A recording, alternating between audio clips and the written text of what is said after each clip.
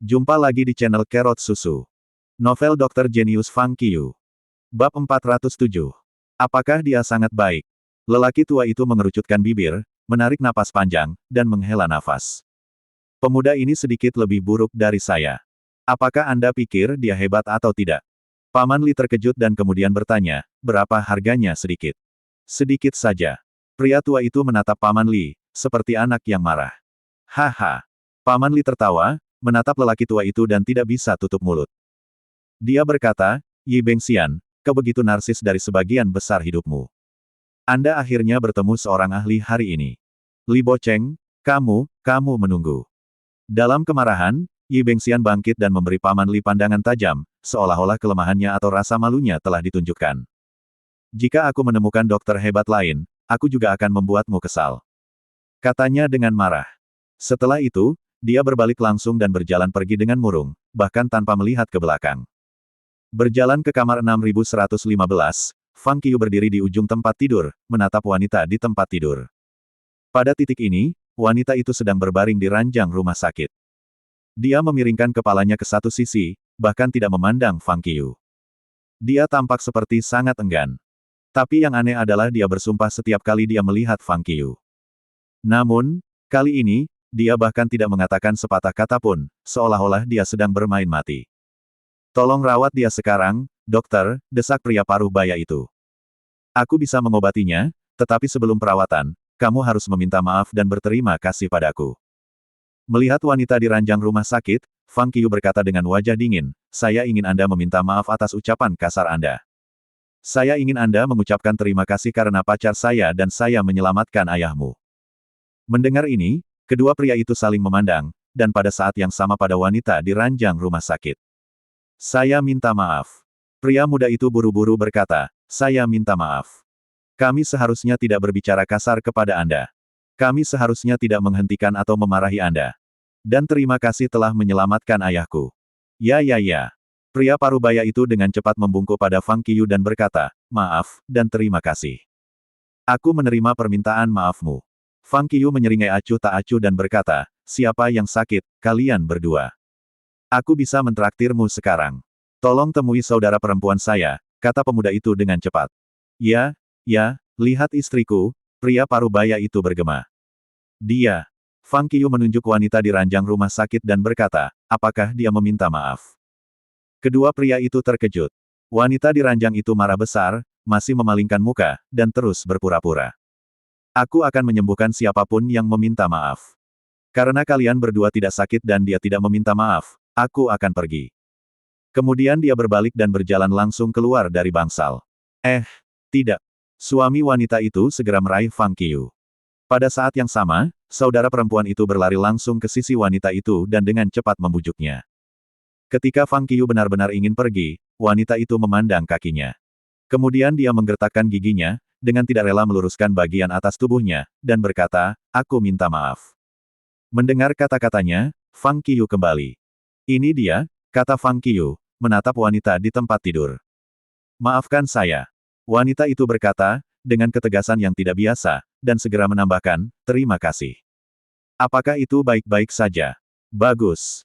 Fang Qiu mengangguk.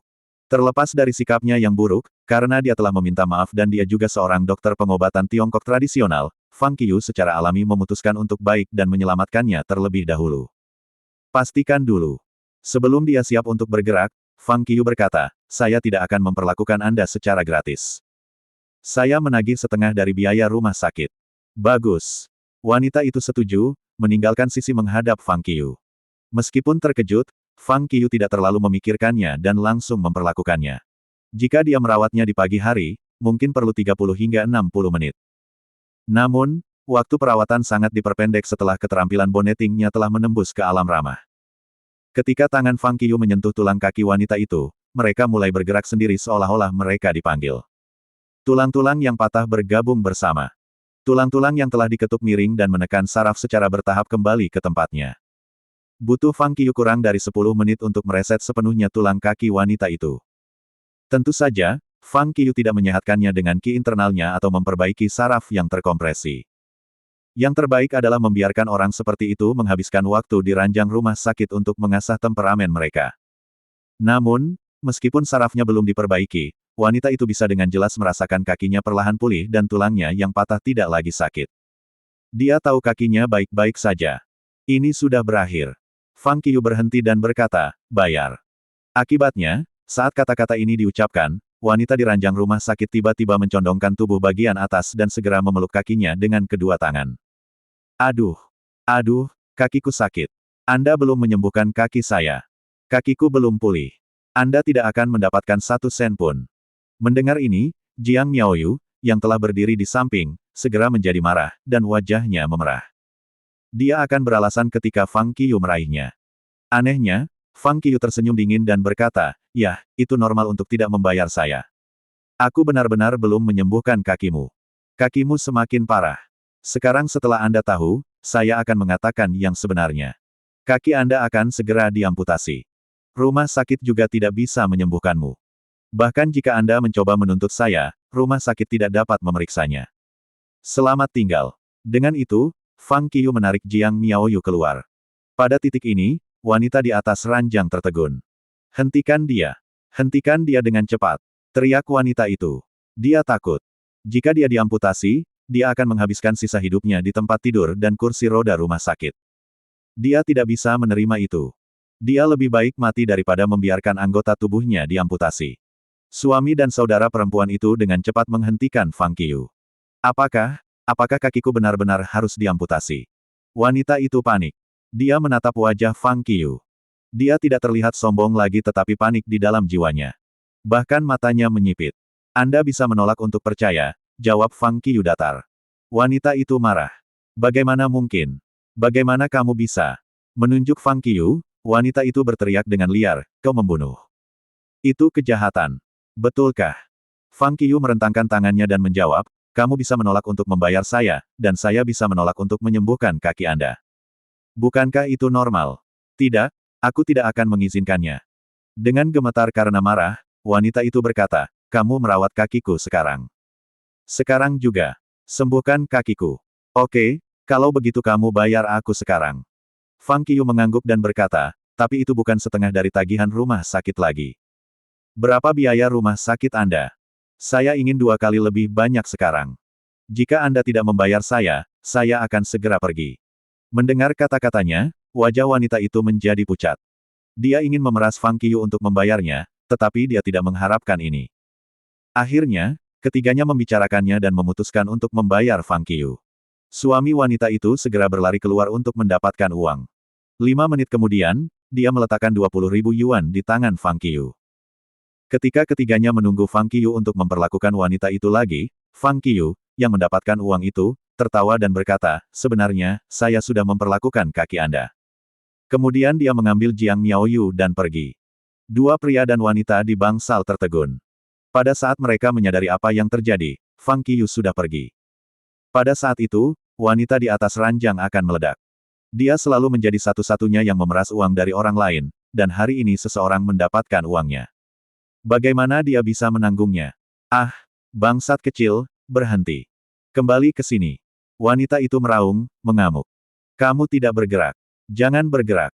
Saudaranya bergegas maju dan berkata, kakimu baru saja sembuh, dan akan buruk untuk mematahkannya lagi. Saat itu, seorang perawat tampaknya ditarik ke bangsal oleh aumannya. Perawat memeriksa instrumen, hanya untuk menemukan bahwa itu rusak. Silakan pergi dan bayar. Kalian memecahkan ini. Saya akan mengirimkan daftar sekarang, dan Anda harus membayarnya paling lambat malam ini. Setelah itu, perawat mengabaikan ketiganya dan berbalik untuk pergi langsung. Mengetahui bahwa dia harus mengganti rugi, wanita di ranjang sakit itu sangat marah sehingga dia hampir tidak bisa bernapas dan segera pingsan. Sementara itu, Fang Qiu mengucapkan selamat tinggal kepada Paman Li dan ahli bedah ortopedi sebelum mengambil uang dan meninggalkan rumah sakit dengan Jiang Miaoyu. Sudah selesai dilakukan dengan baik. Ketika mereka datang ke gerbang rumah sakit, Jiang Miaoyu tiba-tiba tertawa dan berkata, itu berhasil dari kemarahan. Begitulah yang harus dilakukan. Saya menggunakan taktiknya sendiri untuk melawannya. Fang Qiu tertawa. Aku tidak berharap kamu menjadi begitu buruk. Jiang Miaoyu menatap Fang Qiu dengan mata lebar saat dia berjalan. Aku baik, oke. Fang Qiu mendengus dan berkata, setidaknya aku menyembuhkan kakinya. Jika saya orang jahat, saya tidak akan menyembuhkan kakinya, tetapi Anda akan benar menyebut saya buruk. Lagi pula, orang jahat membutuhkan metode jahat untuk menghadapinya. Hanya dengan melakukan ini padanya dan membuatnya tahu apa yang telah dia lakukan pada orang lain, dapatkah dia memperbaiki, atau sesuatu akan terjadi padanya cepat atau lambat. Kamu benar. Jiang Miaoyu mengangguk, menggemakan pandangannya. Ayo pergi makan malam. Fang Qiyu menyeringai dan berkata, aku akan membawamu makan malam hari ini. Menyia-nyiakan uangmu segera setelah kamu mendapatkannya. Jiang Miaoyu mengerutkan kening dan bertanya, lalu menyeringai dan berkata, aku ingin makanan laut. Kamu bisa makan apapun yang kamu mau. Fang Qiyu melambai dengan gagah berani, naik taksi, dan menuju ke restoran makanan laut terdekat. Sore hari, Fang Qiyu kembali ke hotel. Dia akan mandi dan beristirahat ketika telepon di saku celananya berdering. Itu adalah He Gaoming. Halo. Fang Qiyu berhasil melalui telepon. Tuan, saya bertemu dengan perampok. Bendahara bumi diambil. Di ujung lain telepon, suara He Gaoming berubah secara signifikan. Dia terdengar terluka. Alih-alih bersemangat, Fang Qiyu dengan tenang bertanya, apa yang terjadi? Yah, ini. He Gaoming memberitahu Fang Qiyu seluruh cerita. Kemudian, He Gaoming menambahkan, saya menemukan bahwa itu rumah lelang Baoyi. Kedua lelaki yang berpakaian persis sama dipesan oleh rumah lelang. Saya hanya memberitahu Anda sebelum saya pergi. Saya akan bertindak sekarang. Tuan, Anda harus mendukung saya. Terima kasih masih bersama channel Carrot Susu. Bab 408. Baiklah. Lanjutkan. Fang Qiyu mengangguk sadar pada kata-kata He Gaoming yang benar dan menantang maut dan berkata, tapi Anda harus memberi saya uang bumi bendahara sebelum Anda pergi ke sana. Apa? He Gaoming terkejut, berkata, jika saya punya uang, mengapa saya harus mati? Di mana kau sekarang? Fang Qiyu bertanya. Aku di bagian timur ibu kota, jawab He Gaoming. Baik. Fang Qiyu mengangguk dengan sadar dan berkata, aku akan memberimu alamat email dan mengirimkan bukti apapun yang kamu temukan. Dengan itu, Fang Qiyu menutup telepon. Dia tahu He Gaoming telah terluka. Dia mengatakan itu untuk menghentikan He Gaoming dari kematian. Bagaimana dia bisa bermain dengan rumah lelang yang begitu besar dengan kekuatannya yang lemah? Jika dia pergi ke sana, dia mungkin benar-benar mati. Segera, He Gaoming mengirim semua bukti yang ditemukannya ke kotak surat Fang Qiyu. Tentu saja, ini adalah kotak surat yang baru terdaftar. Setelah meninjau bukti, Fang Qiyu mengkonfirmasi bahwa He Gaoming tidak membohonginya. Lalu dia memanggil He Gaoming kembali. Tuan. Menjawab telepon, He Gaoming bertanya dengan canggung dan lemah, apakah aku akan mati atau tidak? Fang Qiyu tidak bisa menahan senyum sebelum dia berkata dengan suara serius, tunggu aku. Temui aku jam 5 hal. Di tempatmu selain itu, Anda sekarang langsung masuk ke akun forum Wulin saya untuk mengirim posting, mengumumkan bahwa mereka harus menyerahkan bumi bendahara sebelum pukul 7 malam. Bagus. He Gaoming mengangguk dan menutup telepon. He Gaoming tidak ragu-ragu untuk segera masuk ke akun forum pria misterius John Du Wulin melalui ponselnya. Rumah lelang Baoyi, kamu hanya punya 3 jam lagi. Berita utama menarik perhatian banyak orang secara instan. Akibatnya, semua orang mengklik pos, hanya untuk menemukan bahwa 3 harta bumi yang ingin dilelang oleh pria misterius John Du dirampok tanpa terduga. Begitu berita menyebar, itu menyebabkan kegemparan di forum. Harta buminya dirampok. Ya dewa, tanpa diduga, seseorang berani merampok harta karun bumi John Du yang misterius. Rumah lelang Baoyi adalah salah satu dari 10 rumah lelang teratas di negara kami. Jadi kekuatannya sangat kuat. Pria misterius yang tak terduga John Du memiliki seorang murid. John Du sangat ceroboh. Dia bahkan memberikan 3 bumi harta karun kepada muridnya untuk dilelang. Akan aneh jika mereka tidak dirampok. Ada sesuatu yang menarik terjadi di sini. Pria misterius John Du sangat populer baru-baru ini. Rumah lelang Baoyi tidak lemah. Kali ini, pria misterius itu secara terbuka menantang rumah lelang di forum dan bahkan langsung menyebutkan namanya. Jelas dia akan jadi tangguh. Di bagian timur ibu kota, ada sebuah bangunan dengan sebuah plakat di mana kata-kata seperti, Rumah Lelang Baoyi, ditulis di luar. Di kantor di lantai paling atas. Bagaimana kamu melakukannya? Duduk di mejanya dan menatap ketiga pria yang berdiri di tengah-tengah kantor, seorang pria parubaya yang mengenakan rompi di atas kemejanya berkata dengan marah, tidakkah aku memberitahumu untuk berhati-hati dan melakukan pekerjaanmu dengan sembunyi-sembunyi? Bagaimana Anda tertangkap begitu cepat? Ketiganya menundukkan kepala, tak bisa berkata-kata. Pada pemeriksaan lebih dekat, 2 dari mereka berpakaian sama, tetapi dengan gaya rambut yang berbeda. Satu pria memiliki gaya rambut panjang yang mirip dengan gaya Chan Honam, dan yang lainnya mengenakan gaya yang sama tetapi memiliki potongan bas. Di sebelah mereka adalah seorang pria biasa. Jika He Gaoming ada di sini, dia akan mengenali pria biasa ini, pelayan yang menunjukkan jalan ke hotel. Melihat ketiganya diam, pria parubaya itu mendengus dan berkata, kamu tidak harus berurusan dengan ini. Anda hanya perlu menahan diri dan menghilang. Mendengar ini, ketiganya mengangguk dan pergi. Mereka bertiga telah menyusun rencana sempurna untuk mengambil bumi harta karun. Tanpa diduga, Fang Qiu mengetahui bahwa para perampok itu adalah mereka dalam waktu sesingkat itu. Kemampuan investigasinya terlalu kuat. Segera, sebuah akun bernama Rumah Lelang Baoyi memposting balasan di forum Ulin. Rumah lelang kami sangat menyesal atas apa yang terjadi pada pria misterius Jondu. Pertama-tama, rumah lelang kami adalah salah satu dari 10 rumah lelang terbaik di Huaxia. Meskipun kami jarang melelang harta langka di Wulin di masa lalu, itu tidak berarti bahwa kami belum pernah melakukannya. Karena itu, kami jelas tentang aturan dalam Wulin. Kedua, rumah lelang kami sekarang ada di panggung internasional. Kami memiliki sedikit ketenaran tidak hanya di Cina tetapi juga internasional. Rumah lelang kami juga telah melelang banyak barang dari ratusan juta miliar yuan, belum lagi barang-barang dengan nilai puluhan juta yuan. Dan rumah lelang kami memiliki transaksi dan kontak dengan chaebol utama dunia, jadi tidak ada yang kami ambil dari bumi Treasures Fang Qiu. Akhirnya, kami sangat menyesal atas perampokan harta karun misterius bumi manusia Jondu. Rumah lelang kami awalnya ingin terus menjalankan bisnis lelang di Wulin, yang benar-benar berharga bagi rumah lelang kami, karena bumi harta tidak berguna di rumah lelang kami, dan rumah lelang kami dapat memberitahu orang-orang seni bela diri secara bertanggung jawab bahwa kami memiliki tidak pernah melakukan hal seperti itu. Rumah lelang tidak pernah melakukan hal seperti ini lebih dari 1 dekade sejak didirikan, dan tidak akan pernah melakukan itu. Selain itu, meskipun rumah lelang kami menyimpan simpati mendalam untuk Ten. Penderitaan Jondu, dalam hal ini, rumah lelang kami telah berada di posisi pihak ketiga sepanjang waktu dan tidak tahu apa yang telah terjadi, kursus, dan hasilnya.